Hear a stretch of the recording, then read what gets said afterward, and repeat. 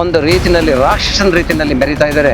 ಅದನ್ನು ದಮನ ಮಾಡೋ ರೀತಿಯಲ್ಲಿ ಪಕ್ಷ ಸಂಘಟನೆ ಮಾಡಲಿಕ್ಕೆ ಮತ್ತು ಮುಂಬರುವಂಥ ಎಲ್ಲ ಚುನಾವಣೆಗಳಲ್ಲಿ ಕೂಡ ನಾವು ಕಾಂಗ್ರೆಸ್ ಪಕ್ಷ ಗೆಲ್ಲಬೇಕು. ವಸುದೈವ ಕುಟುಂಬಕ್ಕೆ ನಮ್ಮ ಇಡೀ ಯಲಹಂಕ ಕ್ಷೇತ್ರ ಒಂದೇ ಕುಟುಂಬದ ರೀತಿಯಲ್ಲಿ ನೋಡ್ತೀನಿ. ನಾನು ಎಲ್ಲ ಪಾರ್ಟಿಯನ್ನು ಚೆನ್ನಾಗಿ ನೋಡ್ತೀನಿ. ಆದರೆ ನಮ್ಮ ವಿರುದ್ಧವಾಗಿ ಮಾತಾಡಿದ್ರೆ, ನನ್ನ ಕಾರ್ಯಕರ್ತರಿಗೆ ತೊಂದರೆ ಕೊಟ್ಟರೆ, ಅನಾವಶ್ಯಕವಾಗಿ ವೈಯಕ್ತಿಕ ವಿಚಾರಕ್ಕೆ ಬಂದರೆ ನಾವು ಬ್ರಹ್ಮ ರಾಕ್ಷಸನೇ. ದಮ್ಮು ತಾಕತ್ತಲ್ಲ, ಅದಲ್ಲ ಪ್ರೀತಿ ವಿಶ್ವಾಸದಿಂದ ಜನ ಗೆಲ್ಲಬೇಕು. ನೀವು ಜನನ ಯಾವ ರೀತಿ ಗೆಲ್ತಾ ಇದ್ದಾರೆ ಅಂತ ಸಾಕಷ್ಟು ಜನಕ್ಕೆ ಗೊತ್ತಿದೆ. ತಿರುಗಿಬಿಡಿಯೋ ಸಮಯ ಬರ್ತದೆ, ತಿರುಗಿ ಬೀಳ್ತಾರೆ, ನೋಡ್ತಾ ಇರಿ. ಜನರಿಗೆ ಒಂದು ಭಯದ ವಾತಾವರಣ ನಿರ್ಮಾಣ ಆಗಿದೆ. ಇವತ್ತೊಂದು ದಿವಸ ಗೋಪಾಲ ಕೃಷ್ಣ ಕೊಡ್ತಿದ್ದಾರೆ. ಗೋಪಾಲ ಕೃಷ್ಣನ ಮೇಲೆ ಎಷ್ಟು ಕೇಸಿಗೆ ಹಾಕ್ಸಿದ್ದಾರೆ? ಏನು ದರೋಡೆ ಮಾಡಿದಾನ ಅಥವಾ ಕೊಲೆ ಮಾಡಿದಾನ? ಏನು ಮಾಡಿದಾನೆ? ನಮ್ಮಲ್ಲಿರೋ ಕಾರ್ಯಕರ್ತರು ಅವ್ರು ಯಾಕಲ್ಲಿದ್ದಾರೆ? ಈಗಲೂ ಬೈದಿಂದ ಇದ್ದಾರೆ. ಒಂದೊಂದು ಊರಿಗೆ 4 ಜನ 4 ಗುಂಪು ಮಾಡಿದ್ದೀರಾ. ಬೈದಿಂದ ಅವ್ರನ್ನ ಇದು ಮಾಡ್ಕೊಂಡಿದ್ದೀರಾ. ನಾನು ಹೆಸರು ಹೇಳೋದು ಬೇಡ. ಕಾಂಗ್ರೆಸ್ ಶಕ್ತಿ ಅವ್ರಿಗೆ ಗೊತ್ತಿಲ್ಲ. ವಿಶ್ವನಾಥ್ ಅವರಿಗೆ ಯಲಹಂಕ ವಿಧಾನಸಭಾ ಕ್ಷೇತ್ರ ಕಾಂಗ್ರೆಸ್ನ ಇತಿಹಾಸವನ್ನು ತೆಗೆದು ನೋಡಲಿ.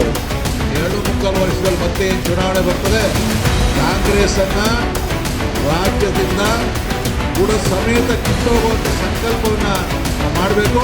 ಮತ್ತು ಭಾರತೀಯ ಜನತಾ ಪಾರ್ಟಿ ಸರ್ಕಾರ ಅಧಿಕಾರಕ್ಕೆ ಬರ್ತದೆ, ನಮ್ಮವರೇ ಮುಖ್ಯಮಂತ್ರಿ ಆಗ್ತಾರೆ.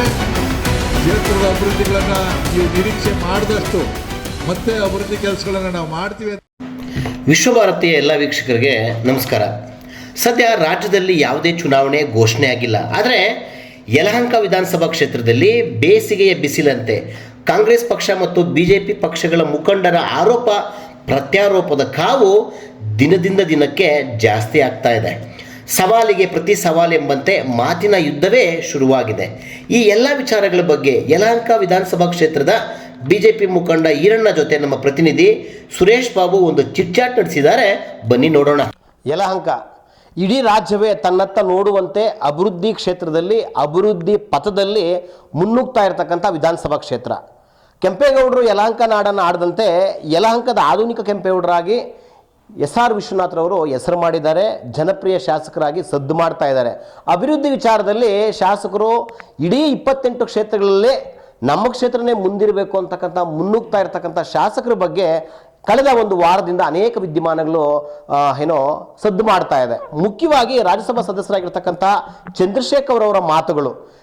ಯಲಹಂಕದ ಹೆಸರುಘಟ್ಟದಲ್ಲಿ ನಡೆದಂತಹ ಸಮಾವೇಶದಲ್ಲಿ ವಿಶ್ವನಾಥ್ರವರನ್ನು ಬ್ರಹ್ಮ ರಾಕ್ಷಸ ಅಂತ ಮಾತನಾಡಿರ್ತಕ್ಕಂಥ ಹೇಳಿಕೆ ಈಗ ವಿವಾದವಾಗಿ ರೂಪ ಪಡ್ಕೊಳ್ತಾ ಇದೆ. ಈ ನಿಟ್ಟಿನಲ್ಲಿ ಯಲಹಂಕದ BJP ಮುಖಂಡ ಈರಣ್ಣ ಅವರು ನಮ್ಮ ಜೊತೆ ಇದ್ದಾರೆ. ಅವ್ರನ್ನೇ ಮಾತಾಡ್ಸೋಣ. ಈರಣ್ಣ ಅವರೇ ನಮಸ್ಕಾರ. ಸರ್ ನಮಸ್ಕಾರ. ಒಬ್ಬ ರಾಜ್ಯಸಭಾ ಸದಸ್ಯರು, ಹಿರಿಯ ರಾಜ್ಯಸಭಾ ಸದಸ್ಯರು ಈ ರೀತಿ ಮಾತಾಡೋದು ಎಷ್ಟು ಮಟ್ಟಕ್ಕೆ ಸರಿ? ಸರ್, ನಾನು ಕೂಡ ಸೋಷಿಯಲ್ ಮೀಡಿಯಾದಲ್ಲಿ ನೋಡಿದೆ. ಏನು ನೀವು ರಾಜ್ಯಸಭಾ ಸದಸ್ಯರು, KPCC ಕಾರ್ಯಾಧ್ಯಕ್ಷರು ಚಂದ್ರಶೇಖರ್ ಅವರು ಅಂತ ಏನು ಹೇಳಿದ್ರಿ ನೀವು? ಚಂದ್ರಶೇಖರ್ ಅವರು ಘನತೆಯನ್ನು ಅರಿತು ಮಾತಾಡಬೇಕಾಯಿತು. ಯಾಕೆಂದರೆ ಅವರು ರಾಜ್ಯಸಭಾ ಸದಸ್ಯರು, KPCCಯ ಕಾರ್ಯಾಧ್ಯಕ್ಷರು, ಜವಾಬ್ದಾರಿ ಇರ್ತಕ್ಕಂಥವ್ರು. ಈ ರೀತಿ ಮಾತಾಡ್ತಕ್ಕಂಥದ್ದು ತಪ್ಪದು. ಅವರು ಹೆಂಗೆ ಅಂದರೆ ಒಂಥರ ವೀರಾವೇಶದಲ್ಲಿ, ಒಂಥರ ರೋಷಾವೇಶದಲ್ಲಿ ಮಾತಾಡಿದ್ದಾರೆ.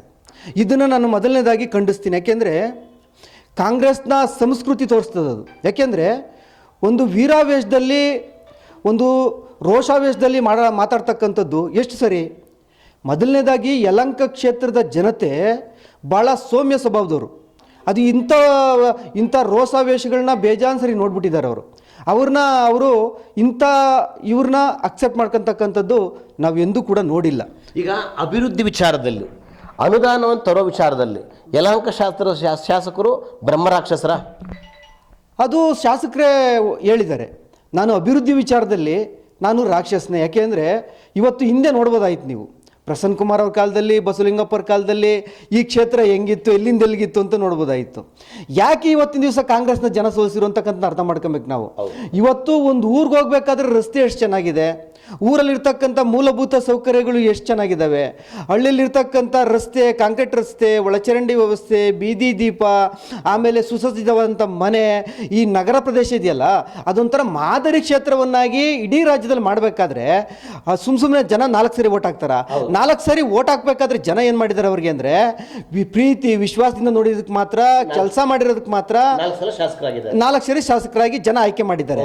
ಹಂಗಾಗಿ ಒಂದು ನಿಮಿಷ, ಚಂದ್ರಶೇಖರ್ ಅವರು ನಿಜವಾಗ್ಲೂ ಹೇಳಿರ್ತಕ್ಕಂಥದ್ದು, ಅವರು ಇಲ್ಲಿ ಏನು ಮಾಡಕ್ಕೆ ಬಂದಿದ್ದಾರೆ ಅಂದ್ರೆ ಅವರು ಈ ಕ್ಷೇತ್ರವನ್ನು ಇವತ್ತು ಪ್ರಜಾಪ್ರಭುತ್ವ ವ್ಯವಸ್ಥೆ ಹೆಂಗೆ ಅಂದರೆ ಈ ಪ್ರಜಾಪ್ರಭುತ್ವ ವ್ಯವಸ್ಥೆನ ಟೀಕೆ ಮಾಡಬೇಕು. ಟೀಕೆ ಮಾಡೋದು ತಪ್ಪಲ್ಲ. ಟೀಕೆ ಮಾಡಬೇಕಾದ್ರೆ ಪ್ರಜಾಪ್ರಭುತ್ವ ವ್ಯವಸ್ಥೆನಲ್ಲಿ ಅದು ಆರೋಗ್ಯಕರವಾಗಿರಬೇಕು, ಆರೋಗ್ಯಕರವಾಗಿ ಚರ್ಚೆ ಆಗಿರಬೇಕು, ತೇಜೋವಧಿ ಆಗಬಾರ್ದು. ಈಗ ಇವರು ವೈಯಕ್ತಿಕವಾಗಿರ್ತಕ್ಕಂಥದ್ದು ನಾವು ಖಂಡನೀಯ ಇದು. ಯಾಕೆಂದ್ರೆ ಇಡೀ ಕ್ಷೇತ್ರದಲ್ಲಿ ಅವರು 4,40,000 ಮತದಾರರಿಗೆ ಮಾಡಿರ್ತಕ್ಕಂಥ ಅವಮಾನ ಅದು. ಮತ್ತೆ ನಮ್ಮ ಸಂಸದರಾಗಿರ್ತಕ್ಕಂಥ MLC ನಾರಾಯಣಸ್ವಾಮಿ ಅವರು ಶಾಸಕರ ವಿರುದ್ಧ ಮಾತಾಡ್ತಾರೆ. ಏಕವಚನದಲ್ಲಿ ಸೈಟ್ಗಳನ್ನು ನುಂಗಿದ್ದಾರೆ, ಸರ್ಕಾರಿ ಜಮೀನುಗಳನ್ನು ನುಂಗಿದ್ದಾರೆ ಅಂತೇಳಿ. ನೀವು ಇದನ್ನು ಒಪ್ತೀರಾ? ಸರ್, ಈಗ ಸೈಟು ನುಂಗಬೇಕಾದ್ರೆ, ಜಮೀನು ನುಂಗಬೇಕಾದ್ರೆ ಅದನ್ನು ಮಂಜೂರು ಮಾಡೋರು ಯಾರು ಸರ್? ಶಾಸಕರು ಮಂಜೂರು ಮಾಡ್ತಾರಾ? ಅದನ್ನು ಮಂಜೂರು ಮಾಡ್ತಕ್ಕಂಥವ್ರು ಸಕ್ಷಮ ಪ್ರಾಧಿಕಾರ. ಒಂದು ಇಲ್ಲ ಗ್ರಾಮ ಪಂಚಾಯಿತಿ ಮಾಡಬೇಕು, ಇಲ್ಲ ತಾಲೂಕ್ ಪಂಚಾಯಿತಿ ಮಾಡಬೇಕು, ತಹಶೀಲ್ದಾರ್ ಮಾಡಬೇಕು, DC ಮಾಡಬೇಕು. ಈಗ ಯಾವುದೇ ಅಧಿಕಾರಿಗಳಿರಲಿ, ಅಧಿಕಾರಿಗಳು ಕಾನೂನು ಬಿಟ್ಟು ಮಾಡ್ಲಿಕ್ಕಾಗತ್ತಾ? ಕಾನೂನು ಬಿಟ್ಟು ಮಾಡಿದ್ರೆ ಕಾನೂನು ಅವ್ರನ್ನ ಸುಮ್ಮನೆ ಬಿಡುತ್ತಾ? ಹಾಗಾಗಿ ಅವರು ಸುಳ್ಳು ಆರೋಪಗಳನ್ನ ಮಾಡ್ತಾರೆ. ಯಾಕೆಂದ್ರೆ ಸಾಕ್ಷ್ಯಾಧಾರ ಬೇಕು. ಸಾಕ್ಷ್ಯಾಧಾರಗಳು ಈಗ ನಿಮ್ಮ ಹತ್ರ ಸಾಕ್ಷ್ಯಾಧಾರಗಳಿದ್ದರೆ ಸಕ್ಷಮ ಪ್ರಾಧಿಕಾರಕ್ಕೆ ಹೋಗಿ ಅಲ್ಲಿ ಚಾಲೆಂಜ್ ಮಾಡಿ. ಈಗ ನೀವು MLC ಆಗಿದ್ರಿ. MLC ಆಗಿದ್ದಾಗ ಸನ್ಮಾನ್ಯ ನಾರಾಯಣಸ್ವಾಮಿ ಅವರಿಗೆ ನಾನು ಪ್ರಶ್ನೆ ಕೇಳ್ತೀನಿ. ನೀವು 6 ವರ್ಷ MLC ಆಗಿದ್ರಿ. ನೀವು MLC ಆಗಿದ್ದಾಗ ಈ ಕ್ಷೇತ್ರಕ್ಕೆ ನಿಮ್ಮ ಕೊಡುಗೆ ಏನು? ಎಷ್ಟು ಅನುದಾನ ತಂದಿದ್ದೀರಿ? ಈ ಕ್ಷೇತ್ರದಲ್ಲಿ ಎಷ್ಟು ಹಳ್ಳಿ ಡೆವಲಪ್ ಮಾಡಿದ್ದೀರಿ ಅಂತಕ್ಕಂಥದ್ದು ವಿವರಣೆ ಕೊಡಿ ಇವತ್ತಿನ ದಿವಸ. ಆಯಿತು, ನಿಮ್ಗೆ ಬಂದಿರ್ತಕ್ಕಂಥ 6 ವರ್ಷ ಅನುದಾನ ಬಂತಲ್ಲ, ಅನುದಾನ ನಿಮ್ಮ ಚೇಲಗಳಿಗೆ ಹೋಯ್ತಾ? ನೀವು ಅದನ್ನ ಏನು ಮಾಡಿದ್ರಿ? ಹಂಗಾರೆ ಈ ಕ್ಷೇತ್ರಕ್ಕೆ ಎಲ್ಲಿ 1 ರೂಪಾಯಿ ಎಲ್ಲಿ ತೋರಿಸಿದ್ರೆ ಅದನ್ನ ತೋರಿಸಿ. ನೀವು ದಯಮಾಡಿ ಮಾತಾಡ್ಬೇಕಾದ್ರೆ, ಶಾಸಕರ ಬಗ್ಗೆ ಮಾತಾಡ್ಬೇಕಾದ್ರೆ ನೀವು ಗೌರವಯುತವಾಗಿ ಮಾತಾಡಬೇಕು. ಏಕವಚನದಲ್ಲಿ ಯಾವುದೇ ವ್ಯಕ್ತಿನ ತೇಜೋವಧೆ ಮಾಡಬಾರ್ದು. ಈಗ ನೀವು ಮಾತಾಡಿರ್ತಕ್ಕಂಥ ಇಡೀ ಕ್ಷೇತ್ರದ ಕಾರ್ಯಕರ್ತರಿಗೆ ಮತ್ತು ಈ ಕ್ಷೇತ್ರದ ಜನತೆ ಮಾಡಿರ್ತಕ್ಕಂಥ ಅವಮಾನ ಅದು ಮಾಡಬಾರ್ದು ದಯಮಾಡಿ. ಮತ್ತೆ ಯಲಹಂಕದ ರೈತರ ಸೇವಾ ಸಹಕಾರ ಸಂಘ ಇಡೀ ದೇಶದಲ್ಲೇ ಮಾದರಿ ಸೇವಾ ಸಹಕಾರ ಸಂಘ ಅಂತ ಹೆಸರು ಮಾಡಿದೆ. ವರ್ಷಕ್ಕೆ 1,200 ಕೋಟಿಗೂ ಅಧಿಕ ವಹಿವಾಟು ನಡೆಸ್ತಾ ಇದೆ. ಈ ನಿಟ್ಟಿನಲ್ಲಿ ಶಾಸಕರ ಶ್ರಮ, ಶಾಸಕರ ಶ್ರೀಮತಿ ಆಗಿರ್ತಕ್ಕಂಥ ವಾಣಿಶ್ರೀ ಮೇಡಮ್ ಅವ್ರ ಶ್ರಮ ಜಾಸ್ತಿ ಇದೆ. ಒಬ್ಬ ಒಳ್ಳೆ ನಾಯಕ ಇದ್ದರೆ ಮಾತ್ರ ಆ ರೀತಿ ಒಂದು ಸಹಕಾರ ಸಂಘ ಯಶಸ್ವಿ ಆಗ್ಲಿಕ್ಕೆ ಸಾಧ್ಯ. ವಾಣಿಶ್ರೀ ಮೇಡಮ್ ಅವರೇ ಪದೇ ಪದೇ ಅಧ್ಯಕ್ಷರಾಗ್ತಾ ಇದ್ದಾರೆ ಅಂತಕ್ಕಂತಹ ಆರೋಪಗಳು ಸಹ ಇವರಿಂದ ಕೇಳಿ ಬರ್ತಾ ಇದೆ. ಸರ್, ಈಗ ವಾಣಿಶ್ರೀ ಮೇಡಮ್ ಅವರು ನಿಮ್ಗೆ ಗೊತ್ತಿರ್ಬೋದು, ಇದು 6ನೇ ಸರಿ ಅಧ್ಯಕ್ಷರಾಗ್ತಾ ಇರೋದವರು. ಈಗ ಒಂದು ಚುನಾವಣೆಯಲ್ಲಿ ಒಬ್ಬರು ಗೆಲ್ಲಬೇಕಾದ್ರೆ ಸುಮ್ಮನೆ ಗೆಲ್ಲಕ್ಕಾಗುತ್ತಾ? ಈಗ ಜನರ ವಿಶ್ವಾಸ ಮೊದಲು ಗೆಲ್ಲಬೇಕು, ಅವ್ರಿಗೆ ಕೆಲಸ ಮಾಡಬೇಕು. ಕೆಲಸ ಮಾಡಿದ ಮೇಲೆ ಜನ ತಂತಾನಾಗಿ ಒಪ್ಕೊಂಡು ಅವ್ರನ್ನ ಆಯ್ಕೆ ಮಾಡ್ತಾರೆ. ಈ ಆಯ್ಕೆ ಮಾಡೋದ್ರಿಂದ ಇವತ್ತು ನೀವು ಹೇಳ್ತಕ್ಕಂಥ ಪ್ರಶ್ನೆ ಇದೆಯಲ್ಲ, ಆ ಪ್ರಶ್ನೆಗೆ ನಾನು ಕರೆಕ್ಟಾಗಿ ಉತ್ತರವನ್ನು ಕೊಡ್ತೀನಿ. ಈಗ ನೀವು ಯೋಚನೆ ಮಾಡಿ, 6 ವರ್ಷ ಒಬ್ಬರು ಅಧ್ಯಕ್ಷರಾಗಿರ್ತಾರೆ ಅಂದರೆ ಆ ಸಂಸ್ಥೆ ಇದೆಯಲ್ಲ, ಆ ಸಂಸ್ಥೆ ಫಸ್ಟ್ ಹೇಗಿತ್ತು, ಈಗ ಹೇಗಿದೆ ಸಂಸ್ಥೆ ಇವತ್ತು? ಹಿಂದೆ ಯೋಚನೆ ಮಾಡಿದಾಗ ನಾವು 100 ಕೋಟಿ ರೂಪಾಯಿ ಅನುದಾನ ಇರಲಿಲ್ಲ ಅದಕ್ಕೆ. ಇವತ್ತು ನೀವು ಹೇಳ್ತಿದ್ದೆ 1,200 ಕೋಟಿ ವರ್ಷದ ವಹಿವಾಟು ಇದಂದ್ರೆ ಆ ಸಂಸ್ಥೆಯನ್ನು ಯಾವ ಮಟ್ಟಕ್ಕೆ ಬೆಳೆಸಿದ್ದಾರೆ ಅಂದರೆ, ಆ ಸಂಸ್ಥೆಯಲ್ಲಿರ್ತಕ್ಕಂಥ ಸದಸ್ಯರು ಅವ್ರನ್ನ ಆಯ್ಕೆ ಮಾಡ್ತಾರೆ ಅಂದರೆ ಅವ್ರ ಮೇಲೆ ಇಟ್ಟಿರ್ತಕ್ಕಂಥ ವಿಶ್ವಾಸ, ಒಳ್ಳೆ ಆಡಳಿತ ಕೊಡ್ತಾವ್ರೆ ಅಂತ. ಆಮೇಲೆ ಇದನ್ನ ಅವ್ರು ಯಾವುದೇ ಕಾರಣಕ್ಕೂ ಮಾತಾಡಿರ್ತಕ್ಕಂಥದ್ದು ತಪ್ಪು, ಇದನ್ನ ನಾವು ಒಪ್ಪಲ್ಲ. ಓಕೆ, ಹಾಗೆಯೇ ಈ ಶಾಸಕರಿಗೆ ಕೊಲೆ ಸಂಚು ರೂಪಿಸ್ತಿರ್ತಕ್ಕಂತಹ ಖ್ಯಾತಿ ಇರ್ತಕ್ಕಂಥ ಕುಖ್ಯಾತಿ ಇರ್ತಕ್ಕಂಥ ಗೋಪಾಲ್ ಕೃಷ್ಣರವರು ಎದುರಿಸಿ ಬೆದರಿಸ್ತಾರೆ ಶಾಸಕರು, ನಮಗೆ ಬೆದರಿಕೆ ಇದೆ ಅಂತಕ್ಕಂಥ ಮಾತು, ಇದು ಒಪ್ಪುವಂಥ ಮಾತಾ? ಸರ್, ಇದೊಂಥರ ಜೋಕ್ ಇದ್ದಂಗೆ ಸರ್. ಇದು ಹೆಂಗೆ ಅಂದರೆ, ನಮ್ಮ ಶಾಸಕರು ಇದುವರೆಗೆ 4 ಸರಿ ಸತತವಾಗಿ ಗೆದ್ದಿದ್ದಾರೆ, 16 ವರ್ಷ. ಇಲ್ಲಿ ಈ ಕ್ಷೇತ್ರದಲ್ಲಿ ಒಂದು ಗೂಂಡಾಗಿರಿ ಇರ್ಬೋದು, ಒಂದು ಅಟ್ರಾಸಿಟಿ ಇರ್ಬೋದು, ಒಂದು ಅಲ್ಲೇ ಇರ್ಬೋದು, ತೋರಿಸಿ ಸರ್ ನೀವು ನೋಡೋಣ.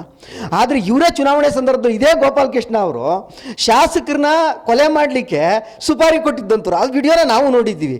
ಆದರೆ ಇವತ್ತು ಯಾರೋ ಬಾಯಲ್ಲಿ ಯಾವುದೋ ಮಾತು ಬರ್ತಕ್ಕಂಥದ್ದು ಇದು ಸುಳ್ಳು. ಏನು ಆಧಾರ ಇದ್ದರೆ ಮಾತಾಡಬೇಕು.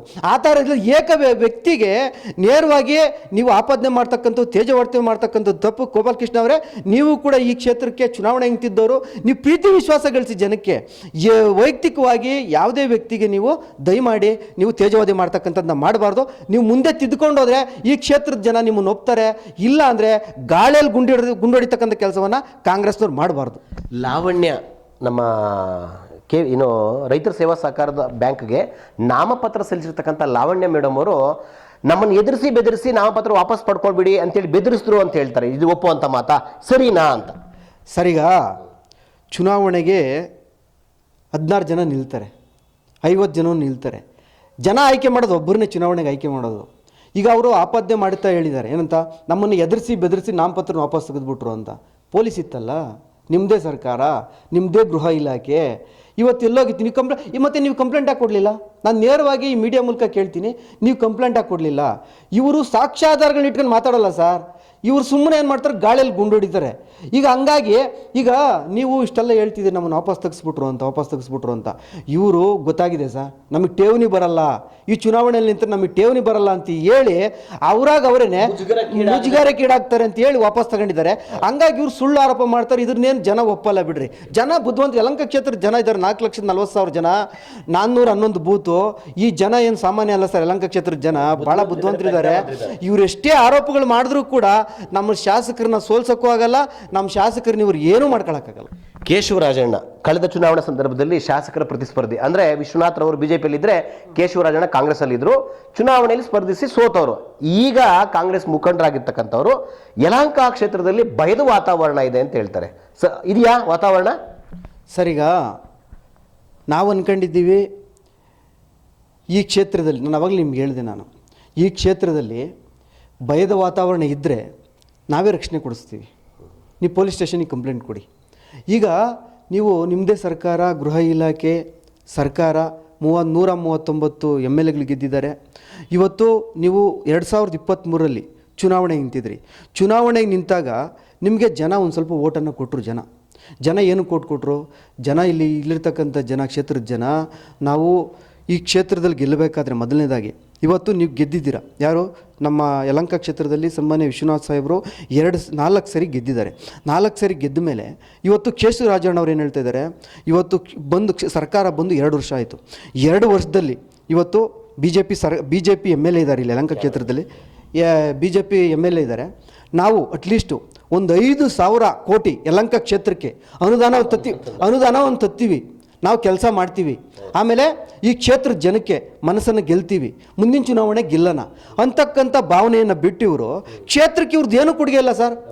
ಕ್ಷೇತ್ರದ ಏನು ಕೊಡುಗೆ ಇದೆ ಇವ್ರದ್ದು? ಬಸವಲಿಂಗಪ್ಪನ ಕಾಲದಿಂದ, ಪ್ರಸನ್ನ ಕುಮಾರ್ ಅವ್ರ ಕಾಲದಿಂದ ಇಲ್ಲಿ ಕೊಡುಗೆ ಏನಿದೆ ಇವತ್ತಿನ ದಿವಸ? ಆಯ್ತು, ಇವಾಗ ಸರ್ಕಾರ ಬಂದಿದೆ, ಅವ್ರು ಹೇಳ್ಬೇಕು ರಾಜವರ್ಷವಾಗಿ, ನಾನು 4,000 ಕೋಟಿ ತಗೊಂಬತ್ತೀನಿ, 5,000 ಕೋಟಿ ತಗೊಂಬತ್ತೀನಿ, ಕ್ಷೇತ್ರದ ಅಭಿವೃದ್ಧಿ ಮಾಡೋಣ, ಜನರ ಮನಸ್ಸನ್ನ ಗೆಲ್ಲಬೇಕು. ಇದು ಮಾಡ್ಬೇಕಾಗಿರೋದು ಕೇಶವರಾಜಣ್ಣ.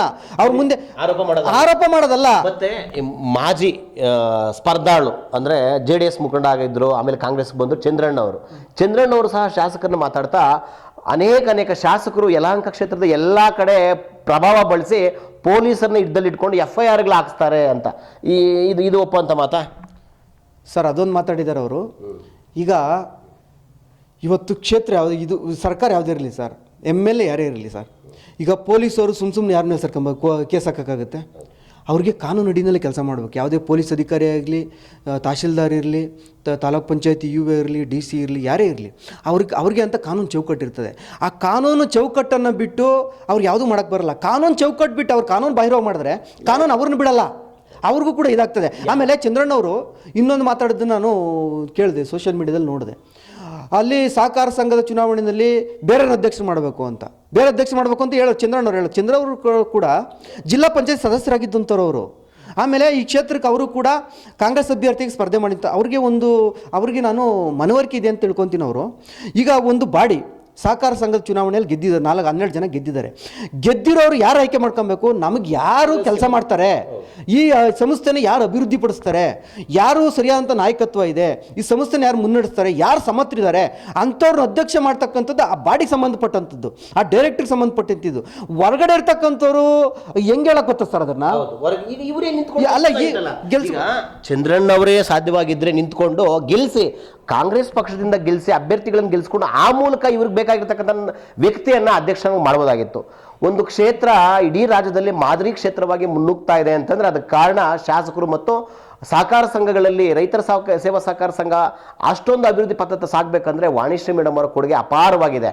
ಒಂದು ಕ್ಷೇತ್ರದಲ್ಲಿ ವಾದ ಆಗಲಿ ಪ್ರತಿವಾದ ಆಗಲಿ ಚರ್ಚೆ ಆರೋಗ್ಯಕರವಾಗಿರಲಿ, ಯಾರನ್ನೂ ಯಾವೊಬ್ಬ ವ್ಯಕ್ತಿಯನ್ನ ವೈಯಕ್ತಿಕವಾಗಲಿ ಅಥವಾ ಪಕ್ಷದಿಂದ ತೇಜೋವಧೆ ಮಾಡುವಂಥ ಕೆಲಸ ಆಗಬಾರ್ದು.